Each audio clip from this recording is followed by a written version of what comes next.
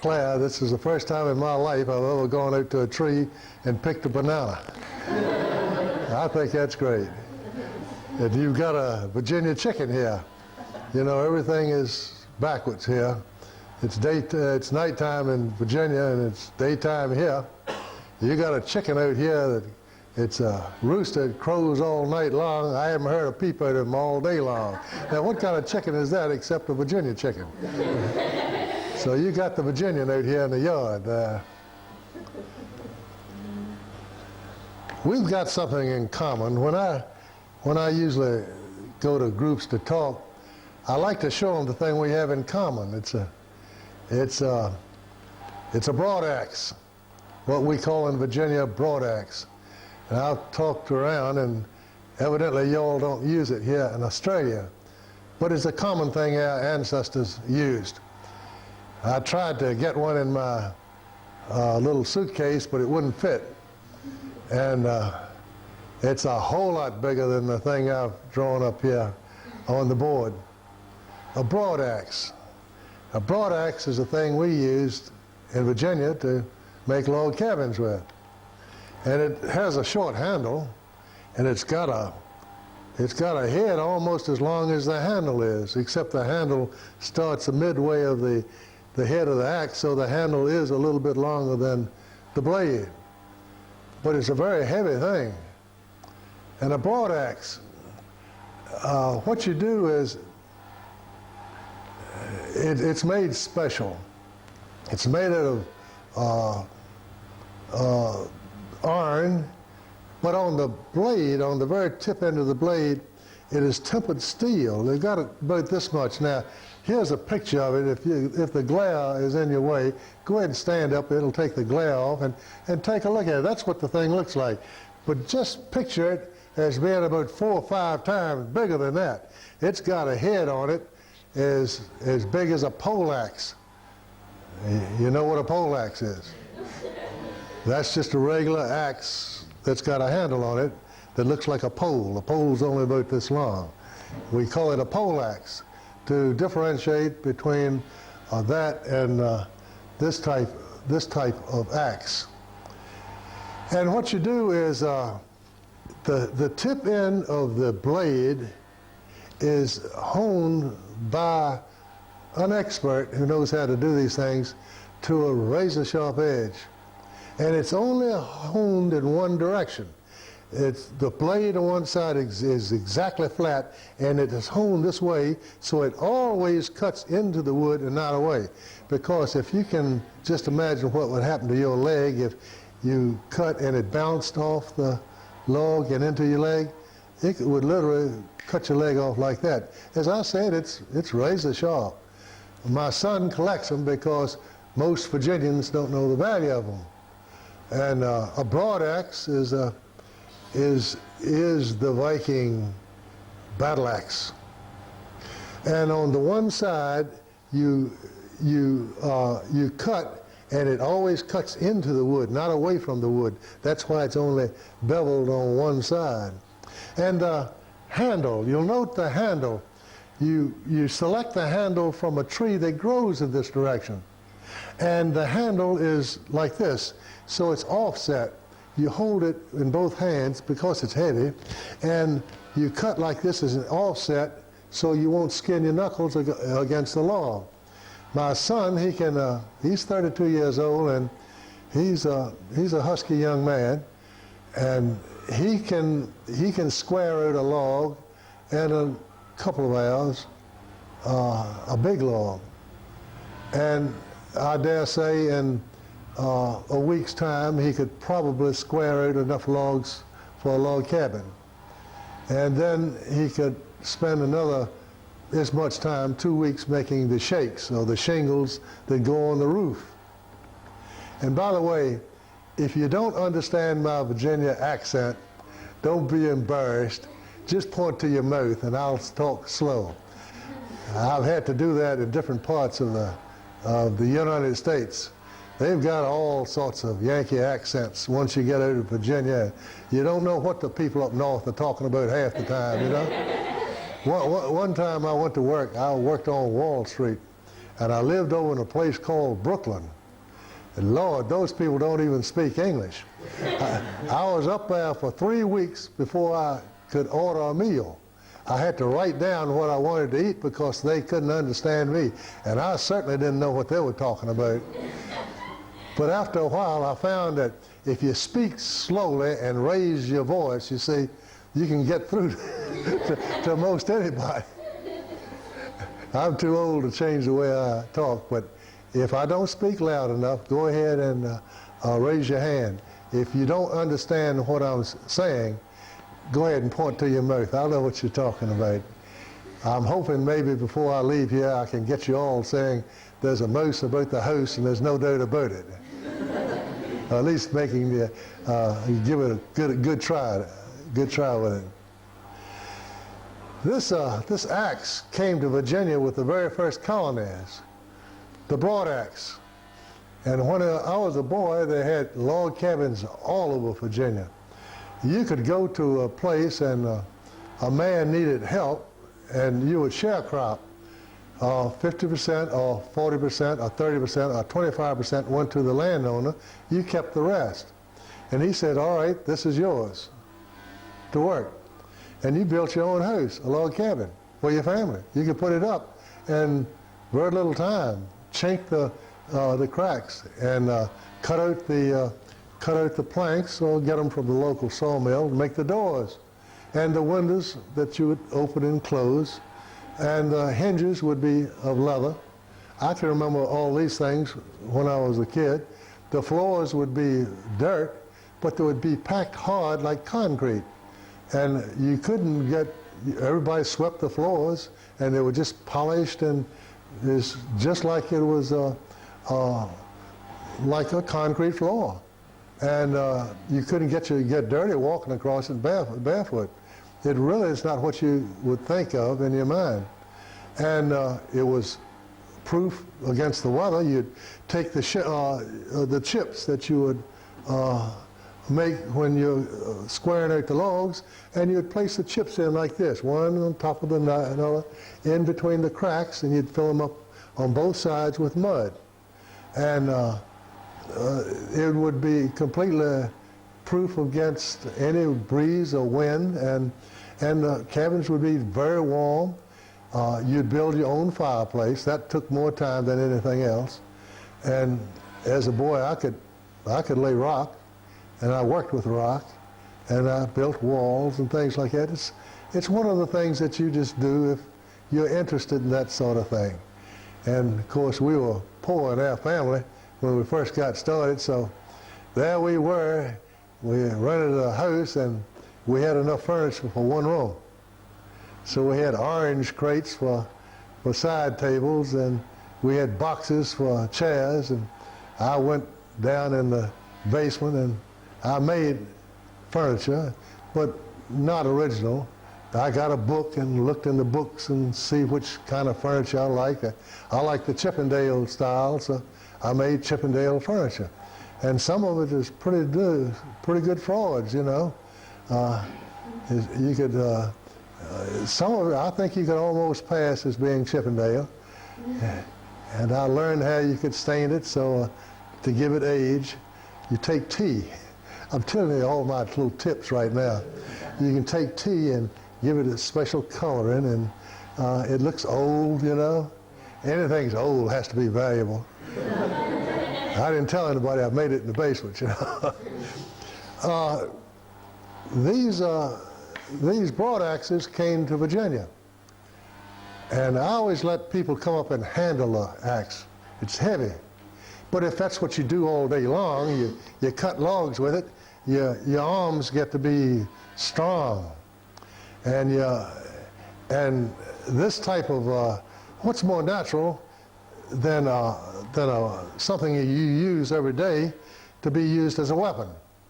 It got to England, the Vikings brought it to England, and it was used for 1,000 years in England before it ever came to Virginia. They used to build log cabins in England. Before that, they were used to build log cabins in Germany and Scandinavia.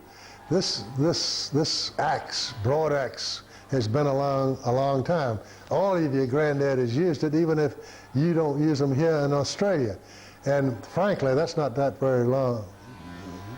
long ago. And in America, there are lots of these things still for sale. People don't know what they are, and they're selling very cheap. My son has almost a dozen of them, and some of them are excellent shape. They're different sizes, they're different weights, but all of them serve the same purpose.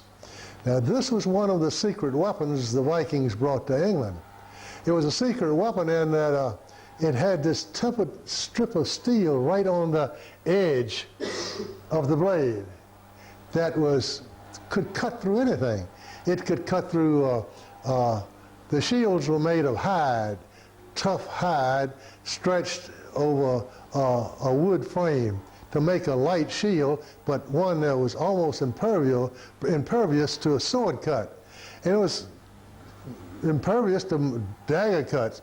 But this thing, your grandfathers used this thing as a missile.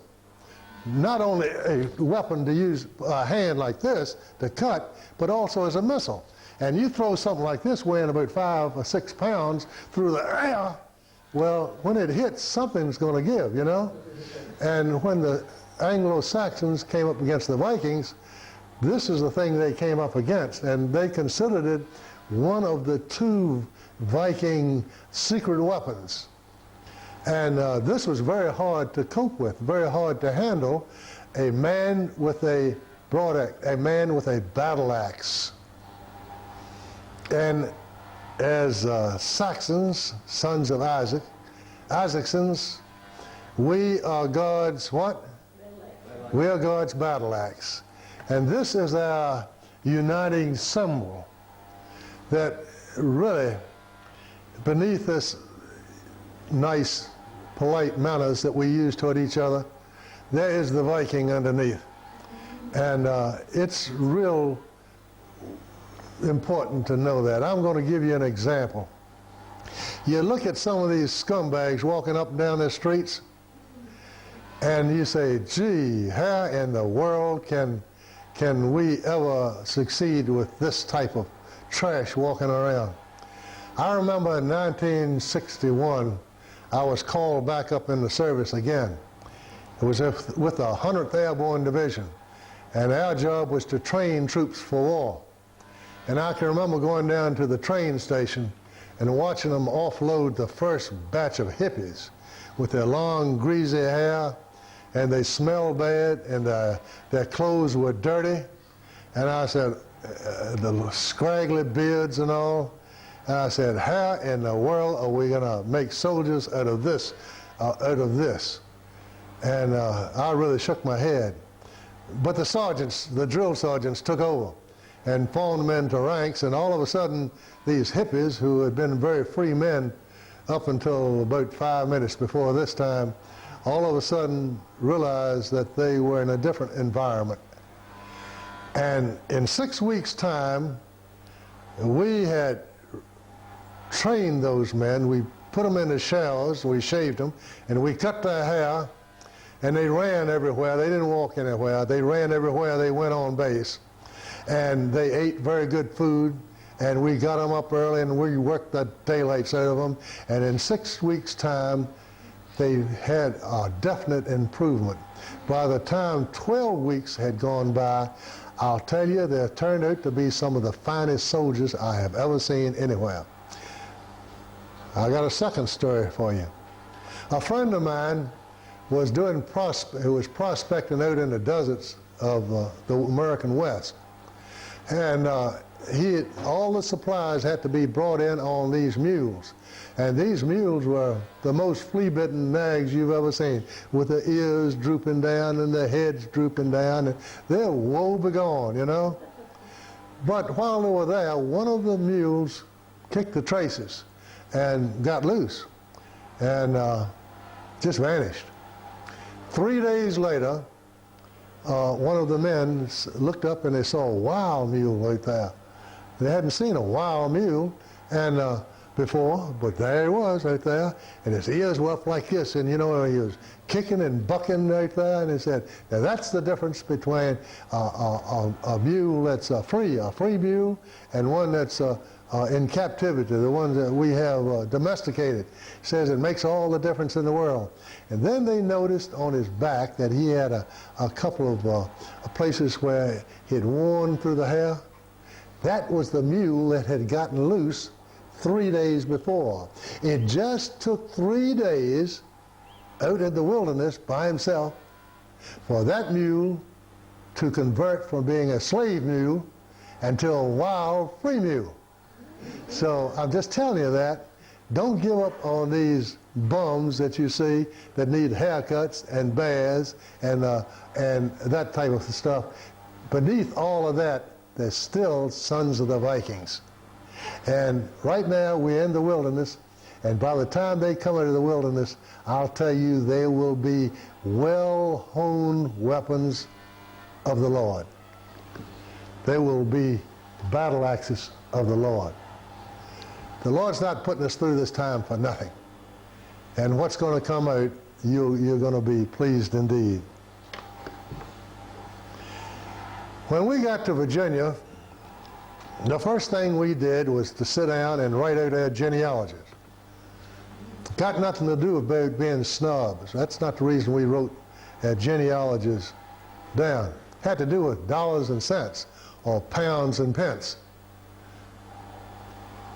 The way the things were set up in Europe was that the Catholic Church claimed all the land. They claimed it all.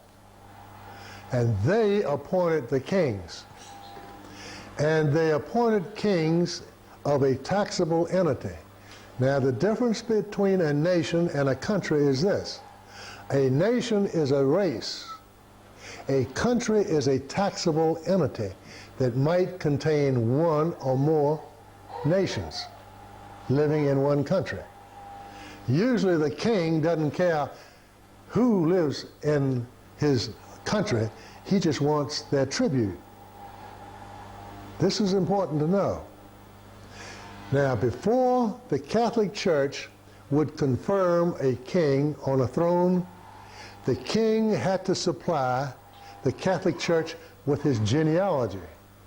And the reason being that the Catholic Church wanted to make sure that they had not made any arrangements or agreements with this king's ancestors that might screw up the agreement they're making at this time. And this is called an enfeoffment. Enfeoffment. Now, the king was entitled to this land and his descendants to this country and his descendants forever, as long as they went by the terms of the enfeoffment. Well, the country, as you know, is entirely too big for one man to rule.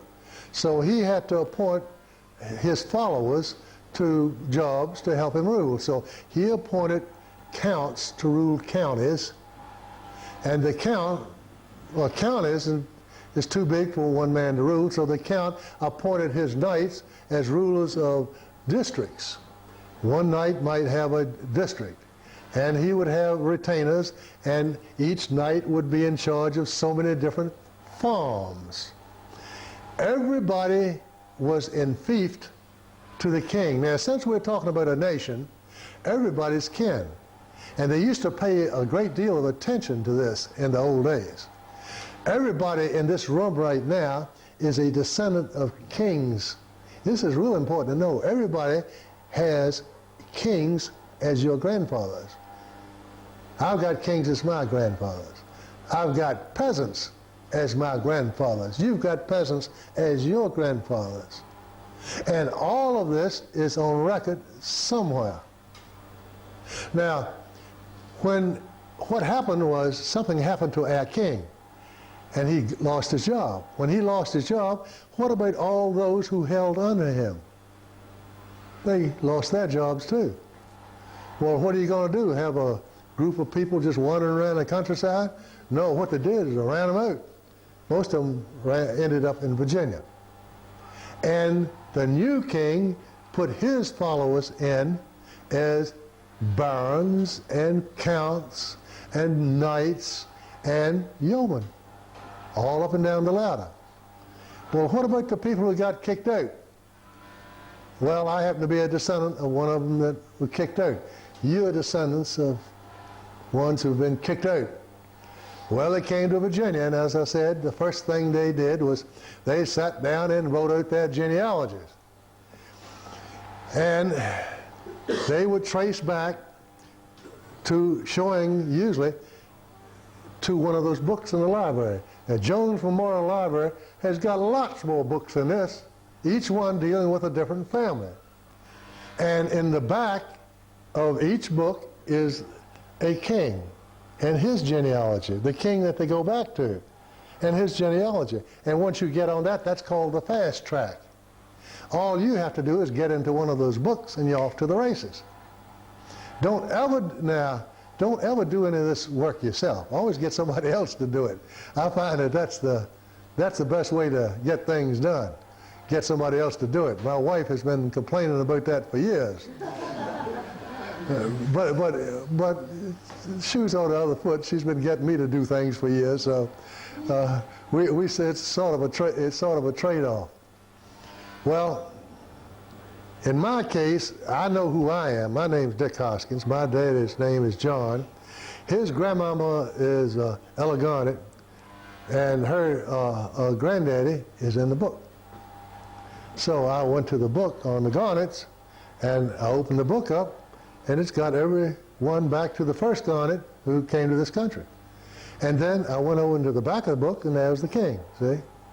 And the Kelly side, I did the exact same thing. My grandmother was a Kelly, and her line, in 3 generations, I went back to another book, and went in the back of that book, and I hit another a king and his line.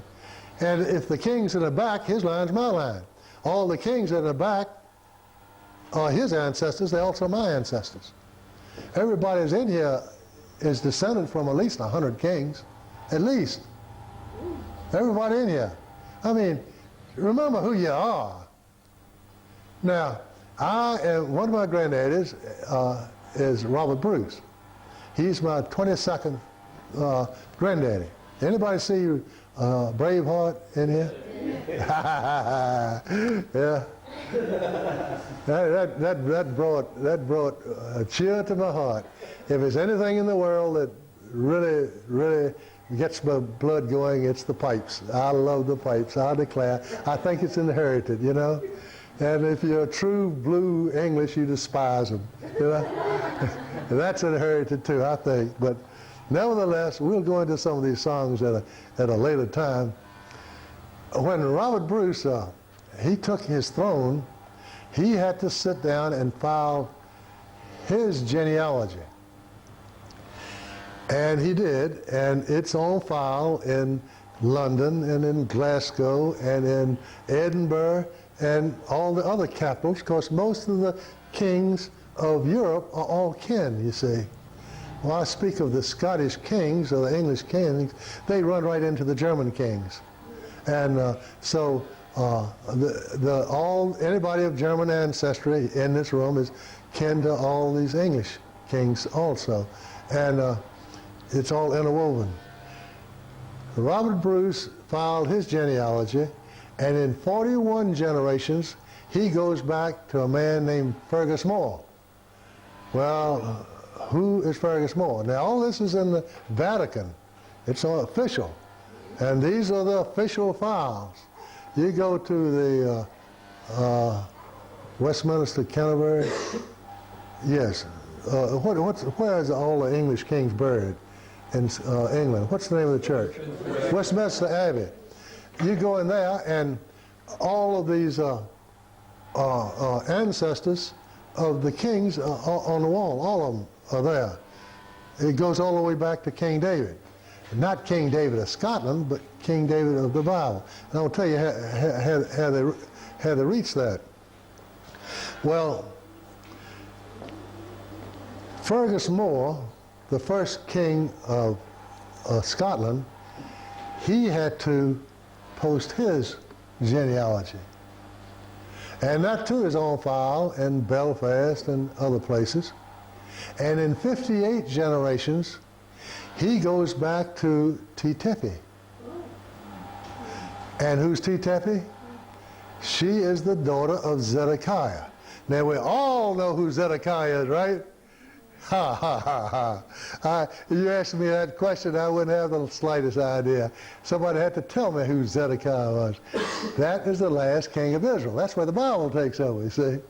We don't study a Bible as much as we really ought to. Then, once you get in the Bible, the genealogy in the Bible takes over. It takes you every single generation back to Abraham, Isaac, and Jacob. It takes you back every generation to Noah. It takes you back every generation from Noah to Adam. Every single generation. In 158 generations, I go back to Adam. Assuming that all this is correct. Assuming that there have been no mistakes. Assuming that nobody lied. Assuming this and assuming that. But this is the official record, and this is what we believe. And this is what our grandfathers have believed for a long time. And they have believed it enough to write books by the thousands with their genealogy in it, proving their descent. That they are in fief of certain lands back in England, Scotland, Wales, Ireland, Germany, Scandinavia. We are in fief because the enfeoffment was to them, their ancestors, and their descendants forever. And we are the descendants. And all of the agreements made between God and his special people, the sons of Isaac, the Isaacsons, the Saxons, as descendants, you are in fief with those rights to them and their descendants forever, to us and to us alone. Now, all of these things are on file somewhere. Now, you can get in and do all the dirty work yourself if you want to. That's the hard way. I would strongly recommend that you get in contact with your family genealogist, whoever it might be. It might be an aunt, or an uncle, or a cousin, or a distant cousin that you've never met, or somebody who has written about your family that's not even connected with your family. Work has already been done on your family. All you have to do is get this little gap of 2 or 3, 4 generations to hook onto it, and you're off to the races. Now, how many people here know for a fact that they're descended from Robert Bruce or Edward or one of the kings of England? Let's see a hand. Okay, that's 2.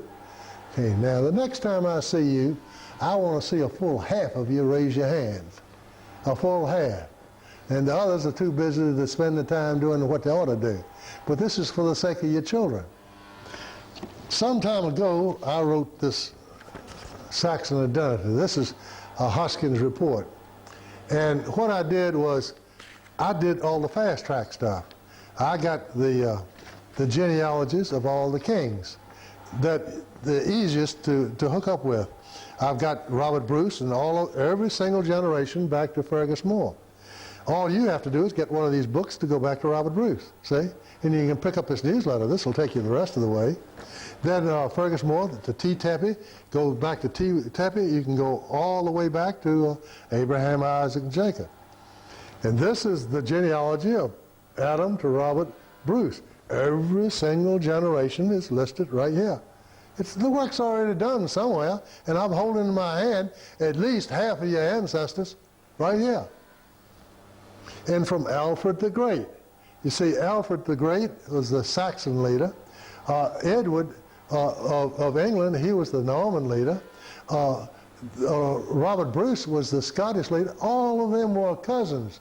All of them. They fought each other like cats and dogs, but they were all cousins. Here's Charlemagne. Anybody here French ancestry? German ancestry? Here's German-French. We got some German here. And these are your grandfathers. Charlemagne's your granddaddy. I mean, he was a son of a gun. He did a lot of things that were just simply terrible.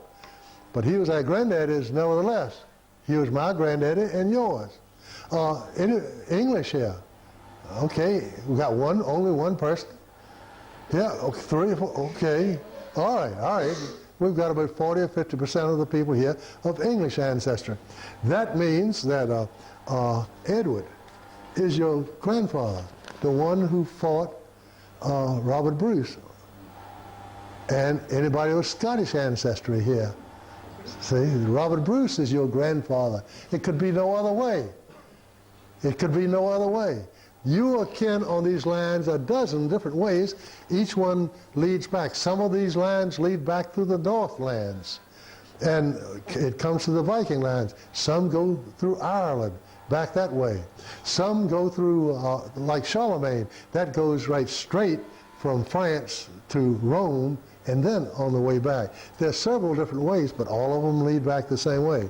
I send this out free of charge to anybody who subscribes to my newsletter. And by the way, I've reduced the price of the newsletter to $24 just so I can get as many copies out, because I reached 70. I've got my 70 years under my belt, and everything now is on borrowed time, and I'm fully aware of that, you know. So I'm trying to get out as much information as I possibly can. Anybody here subscribe to my newsletter? Okay, there's one, and I think yes, one or two. We get it through LinkedIn. Oh, good. And I hope you mimeograph and send it out as far as it can reach. Well, this part, the knowledge that we are one blood, is extremely important. We have 3 names. The name, the Bible says you'll bear my name, that's Christian. You'll bear Isaac's name, so we bear Isaac's name, Isaacsons. That's why we're called Saxons. It makes no difference where we are. We're called Saxons. In Germany, there's an unfortunate situation there. They had a great war in Germany called the 30 Years' War. And in old Saxony in Germany, they killed out all of our people. It was a desert land in old Saxony, and the Slavs moved into that place. And so the Slavs in old Saxony call themselves Saxons today. And therefore, most Germans don't want to be known as Saxons, unfortunately. But the old Saxons were their grandfathers, not the new Saxons. Language, trying to get a common language sometimes is very difficult indeed.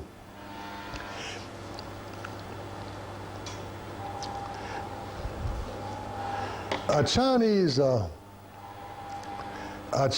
military historian once said, in order to achieve victory, you must know yourself and you must know your enemy. Now, if you know yourself, you have a 50% chance of winning. If you know yourself and your enemy, victory is assured. But if you neither know yourself nor your enemy, defeat is absolutely assured. We've got a problem in Saxon lands within our nation of our people not only not knowing who the enemy is, they really don't know who they are. And until they know who they are, they have no chance. We are the leaders. We are the kings and the priests who must lead our nation. And we don't feel very much like great kings and leaders, do we? We never do. You'll notice that all the heroes of the Bible always begged off. Moses begged off and tried to get somebody else to do it. He couldn't speak right, you know. He tried to get his brother to do it.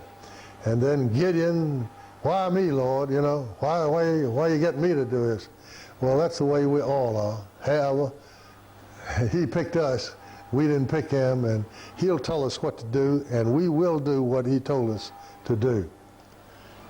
A great man of this century made this observation, that 5% of our people are patriots, and 2% are traitors, and 93% are just waiting to see which side wins or which side loses. Now, I don't know whether those percentages are correct, but I think the concept is pretty much assured. We go to the 93% and try to win converts, And we might influence them a little bit for a while, but not very much. We go to one of the 5% and it's magic, like this. We get a lot of argument, we get a lot of back talk, because that's the way our people are. When a person is really interested in what you're saying, he'll find any, what he considers a gap in your argument. He will search it out to make sure that you know what you're talking about. Because, you see, when you turn your life over to a God, now you want to make sure you're in the right hands. I remember when I considered myself an atheist, and had been that way since college days, and I was getting ready to, I was thinking about maybe becoming a Christian, maybe doing whatever it is that these other people did. At least my life wasn't working out right. But I wanted to make sure about this God that everybody else was talking about. What was he going to do? Me give my allegiance and click my heels and salute, and then have some God jerk me around, you know?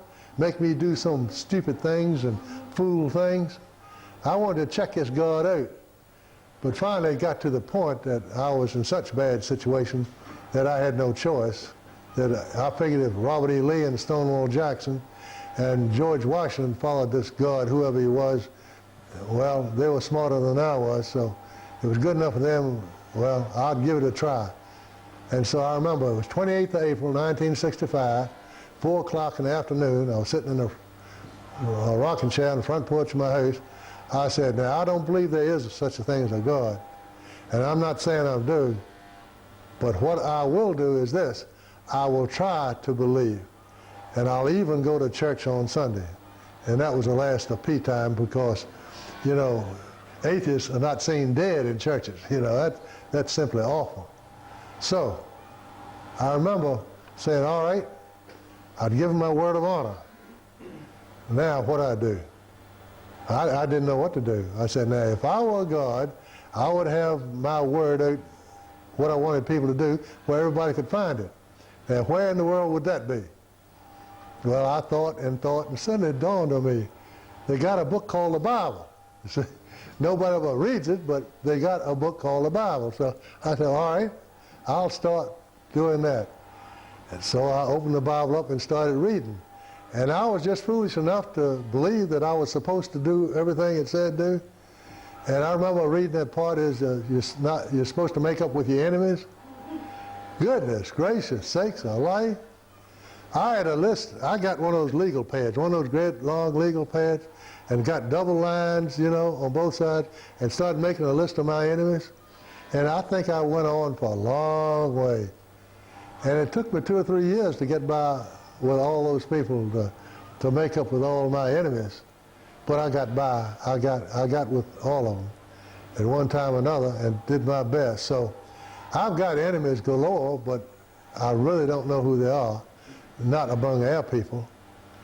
I got a lot of people who don't like me, but not necessarily enemies. They don't think of me as enough of an enemy to do anything about it. They don't speak harshly to me. They don't criticize me, at least to my face. And so the Lord has really blessed me, taking a big monkey off my back.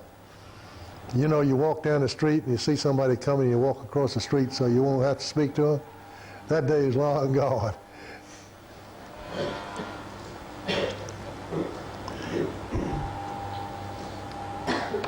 They say the acorn doesn't fall very far from the oak, and that's so.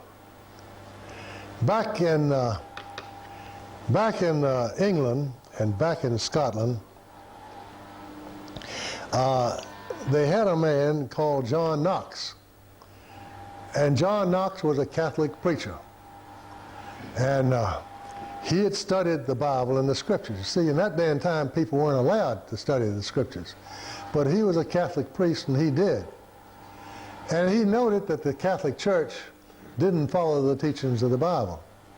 Not only didn't they not follow the teachings of the Bible, they didn't preach the teachings of the Bible. And he got real upset. And he got upset with other Catholic preachers. And he got upset with the Queen. And the authorities, the Catholic Queen, and the authorities got upset with him. And finally they grabbed him and they put him on one of these ships that has oars, one of these galleys. And they imprisoned him on the ship. And he served on that ship about 18 months. And you are chained to that oar, and that's where you sit for 18 months. Chained to that oar. And finally some friends got him loose, and he immediately got out of there. And he went to Geneva in Switzerland. Now at this time, this free spirit had been sweeping Europe, and up there in Switzerland they had these cities that were independent cities, and a number of people who had escaped religious persecution and were there. And while he was there, he met a fellow named John Calvin, who had escaped. He was a Catholic preacher who had escaped from France. And he'd run across a bunch of other preachers. And while he was there, they translated the Bible, the Catholic Bible, they translated the Bible into English and printed it and smuggled it back to England. And it's like they smuggle whiskey during Prohibition here. A ship would arrive at nighttime in the fog and would land on the seashore. And they would unload these boxes of books, and there would be wagons lined up there, and they'd hide these books underneath hay or something like that, and they'd gallop off into the night all over Europe. And it was a death penalty to own one of these things. It was called the Geneva Bible. And this Geneva Bible was unique in that all of these reformists in Geneva had every verse that looked like it might be difficult, they wrote down what they thought it meant, and they were good. They were good interpreters. And these things like you're not to have kings. Now this is a time when they really had kings. You're not to pay taxes. The land is to be divided.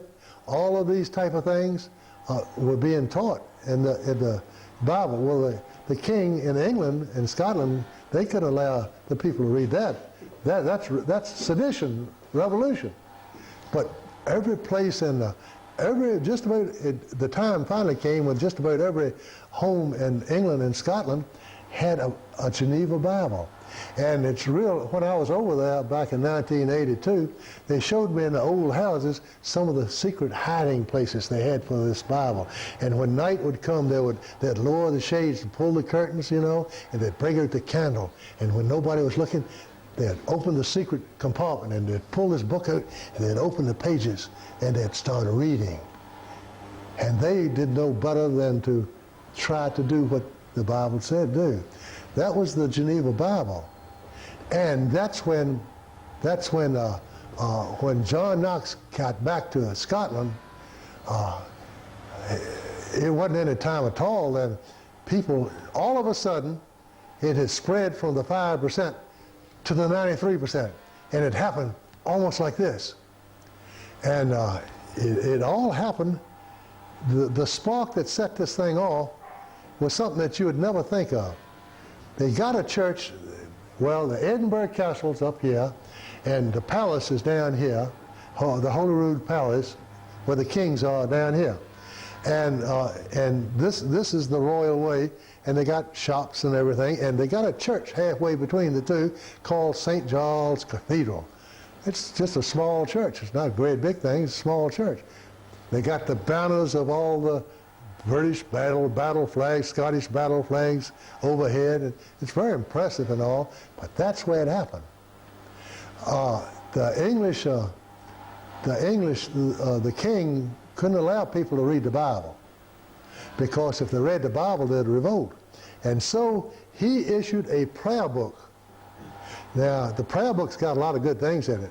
It's great. I've gone to a lot of Episcopal services and listened to them and reading out of the prayer book. It's great, but it doesn't talk about certain things. It doesn't talk about not having kings over us, and it doesn't talk about not paying taxes, and it doesn't talk about dividing the land, and it doesn't talk about having strangers in our midst, and it doesn't talk about these controversial things. It just talks about the nice things in the Bible. And that was a no-no. You see, the people of Scotland were very serious about this thing. And it was at St. Giles Cathedral that there's a little woman, the preacher started reading out of the prayer book. And one of these little ladies there, she got up and reached down and got her prayer stool and whacked the preacher upside the head with the prayer stool. And that started it. Everybody streamed out of the church, and they went right next door into a graveyard right behind the church. And there they signed the covenant. And the covenant of Scotland said they agreed to obey no one except God himself. The laws, statutes, and judgments, God himself. And they put their signatures to it. And people heard about it all throughout the city. And they came from all over the city, and great lines formed. And they added sheets to the covenant, and sheets on sheets, and had great rolls, and they signed their name, or put their crosses if they didn't know their name. And they signed their names, and everyone signed the covenant. And people from out in the counties, they heard about the signing of the covenant, and they flocked into Edinburgh. And then in the distant cities, they sent out copies of the covenant, and there they signed the covenant. And we had things were different in Scotland. This is the beginning of Presbyterianism. Now we're dealing with words, so we're going to have to know what we're talking about. When I say Episcopalianism, that means rule from the top down. The king appoints somebody who appoints somebody who appoints somebody who appoints somebody who tells you what to do. That's Episcopalianism. Presbyterianism is rule from the bottom up. And what we had is a growth of Presbyterianism that just came out of nowhere, seemingly, where all the men were kings and priests, and they selected their own teachers, or fired them, whichever the case might be. And now y'all tell me the time on this thing. If I'm running out of time, let me know. How long have I been talking? Buddhism. It's a war that rages to this very day, but it's an ancient war. It's always breaking out. There's someone somewhere at all time who reads the scriptures and believes them. Now, the king. Now, let's go back in our history. Scotland had a king, James VI of Scotland, and he had promised that he would go right along with the Covenanters. He had promised that he would obey the laws, statutes, and judgments of God. The King of England died. Henry VIII died and left the whole line. Elizabeth died, left no descendants. One of the closest kin was James VI of Scotland. So they asked this Presbyterian king of Scotland to come down and be the Episcopal king of England and be the head of the church, God's representative on earth. And he said, okay. And he dropped the Presbyterianism just like that, without another thought. And he became the head of the Episcopal Church of England and one of the greatest oppressors of his own people. And that started right up. And it was then, he is the one who started enforcing the prayer book instead of the Geneva Bible. That's why we had to read the Geneva Bible in secret. But the word was out. He knew the word was out. So what could he do to fight it? Well, he decided he was going to publish his own Bible, and it's called the King James Version of the Bible. And this Bible is it copied the Geneva Bible, but it left out the notes of the Reformers. So the person who tells you now, in the King James Version of the Bible, what this verse means or that verse, it's not the Reformers in Geneva, Switzerland. It is the preacher who happens to be talking. And that was a preacher of the Church of England. So if anybody asks what this verse means, it's the preacher of the Church of England who tells them. That's the reason they published the King James Version of the Bible, to get rid of the Reformers' notes. And they did. When they got to America, the first wave of settlers got there in 1607. My people got there in 1615. The Bibles they brought with them were the Geneva Bibles. But it was against the law to print them and everything. And inside of about 35 or 40 years, they'd worn them out. And the thing, they had made the King James Version of the Bible cheap, and everybody owned them. So that took the place of the Geneva Bible. So that is how they got the Geneva Bible out of circulation. I carry the Geneva Bible now. Now, I want to warn you about one thing. We know things today that the Reformers back in Geneva didn't know. So don't sell yourself short. You know things that they don't know. But they were experienced theologians, and they knew a whole lot of things that we don't know, see? And so I would recommend that if you have a question about a scripture, use the Geneva Bible to check out the notes to see what they meant. And we're going to go on from this at the next time I speak. Thank you so much. Oh.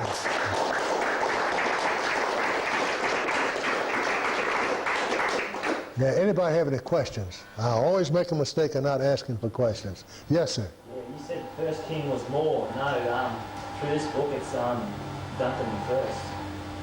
Duncan the First, that might be, but the first king that arrived from Scotland, from Ireland, was Fergus Moore. All right. Yeah. Duncan's the first of that particular family line. Yeah. Yes, sir. How can so many of us be related to Robert Bruce, which goes back to the Judah line, when there were so many other sons of Israel and that would come from another line? Or are they all sort of connected in together? Yeah, yes, but they all go back to Abraham, Isaac, Jacob. Yeah, that's true. But in tracing out genealogies, not all of us would find that we go through the kings. Would we? Or? Oh yes, every one of us. We're all cousins, and frankly, we're not that distant cousins. We're all cousins if the further you go back, right, the more related we right. are. Yeah. Right. In Virginia, we never go anywhere. We're sitting there. We've always just sat there, you know, and we know things. Thomas Jefferson is my second cousin. Robert E. Lee's my fourth cousin. George Washington, he's my second cousin. I'm speaking once removed. And everybody in Virginia is kin. And Lord, man, if I had time around here to work it out, everybody in this room is probably closer kin than I am to you. But it's not that distant kin. I have a German ancestor, but I have to go back to, I think, 800 something to find it. I have a Russian ancestor, but I have to go back on the Russian rivers to 600 and some to find him.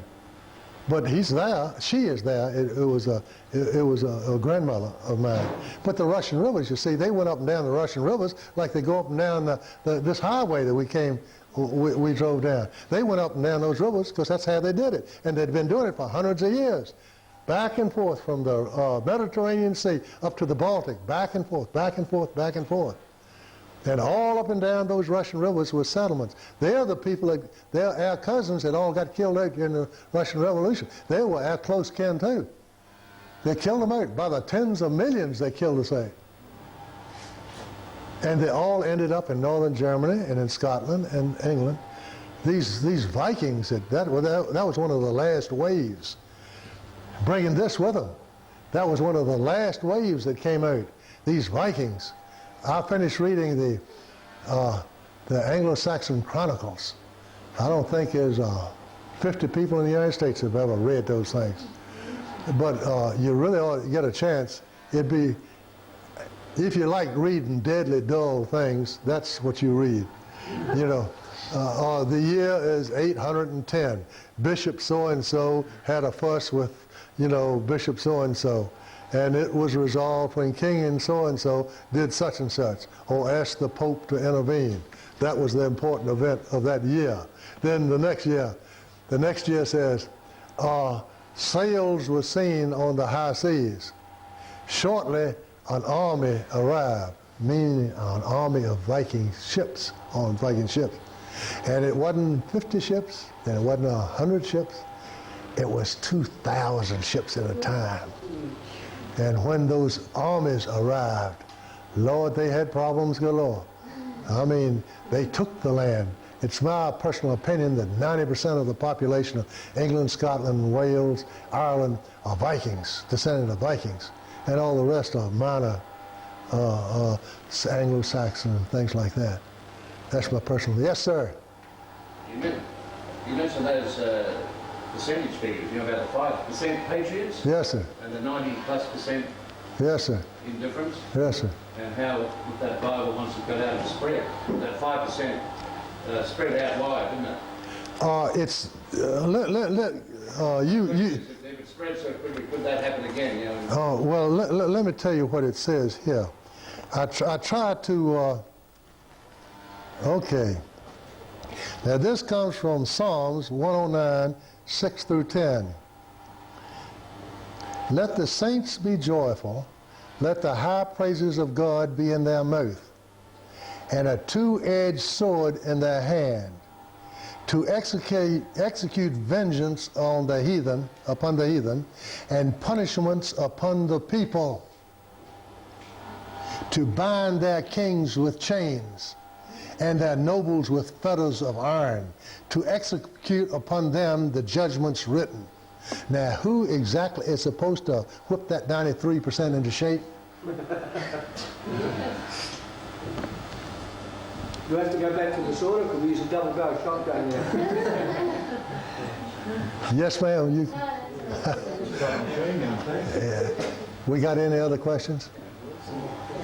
Yeah. Yes, sir. Do you think the different nations come from different tribes? Like, you know, some people have sort of said, We are one nation, Saxon. We're the Saxon nation worldwide.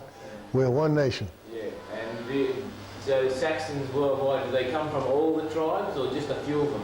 In my opinion, you're going to get every opinion in the world. My opinion is that we are all one tribe now. We're all one group of people now. Yeah, and it's not important which tribe. My middle name is Kelly. Hoskins is English as you can get. My grandmother was Scot. My loyalties are Scot, because good Lord Almighty, you know, I was brought up in that. I'll sing you some Scottish songs that I learned from my mother, my grandmother. She says, son, I want you to remember these war songs. And you see, we've been in this country from Scotland for 250 years. In this country, we've been in Virginia for 250 years. But we still remember the songs. We still remember the traditions. And I'm a combination of the three. I dare say most of you have the similar ancestry. You have the same traditions. And if you're any part Scot and you hear the pipes, ooh, the hair starts coming up on the back of your neck, you know. Anything else? Thank you so much.